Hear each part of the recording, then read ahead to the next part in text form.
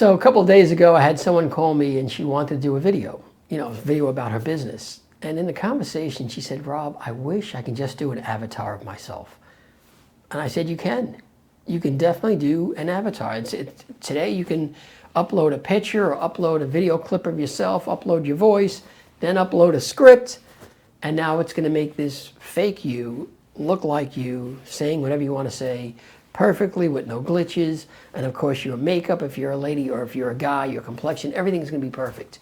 But more importantly, the way you speak and everything is going to be very, I'm going to say unhuman. It's going to be perfect to some extent, but it's not going to be you. So I told her, go ahead and do that. I mean, if that's what you want to do, that's not the field that I'm in. I am in the field of helping people become much better communicators using the power of video and accessing the one thing in life that they have that nobody else has, and that's themselves. Because people do business with people. They do business with people who they like, who they trust. And I think it's a huge mistake to use an avatar for most stuff. Now, not for everything. If you're doing a lot of training videos, where training how to use software, training how to use your product, training videos in general, I would say is okay, in my opinion. But if you're doing videos because you're trying to get a following on YouTube or on social media, and you want people to like your videos and comment and things like that, I think an avatar, a fake you, is terrible, terrible decision. Now, there's no doubt people are doing it and they may be having great results with it to some extent.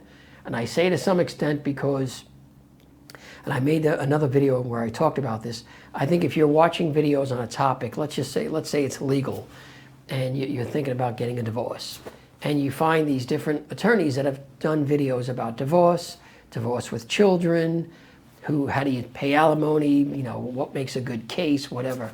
And you're watching these different videos, and 3 of them are by 3 different lawyers. One of them is by an avatar lawyer. Looks real, but it's an avatar. First of all, I think the other 3 are going to resonate with you better because it's human. They're just human. There are mistakes. I've made several mistakes just the way I hesitated in some of my conversation now. That's not going to be in the avatar one. So I think, number one, they're going to relate to the human because, again, as humans, and again, I think another video about this, as humans, we are wired to look at faces, to look at eyes, look at emotion. And even when a computer can fake that stuff, it is in fact fake. And I don't know how well it's going to resonate with the actual human.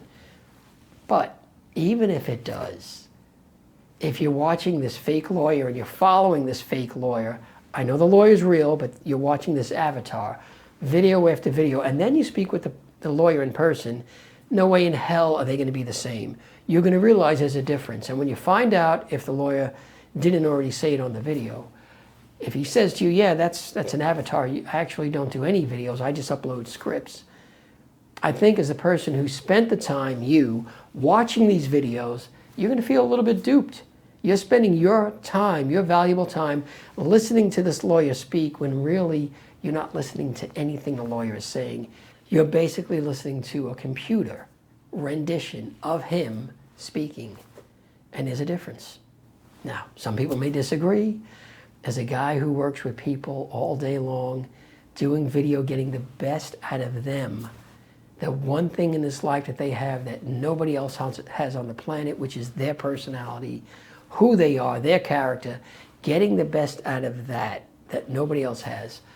To take that and put that into a machine and do something that anybody else can do, even with you, I just think it's a bad idea. I just think it's a bad idea. I also think it devalues who you are. And if you're thinking, well, I haven't got the time, but my time is very valuable.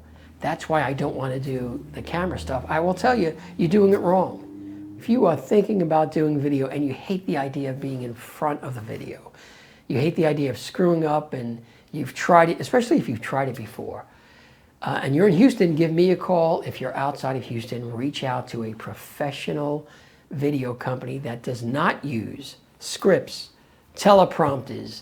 They use real conversation between you and them.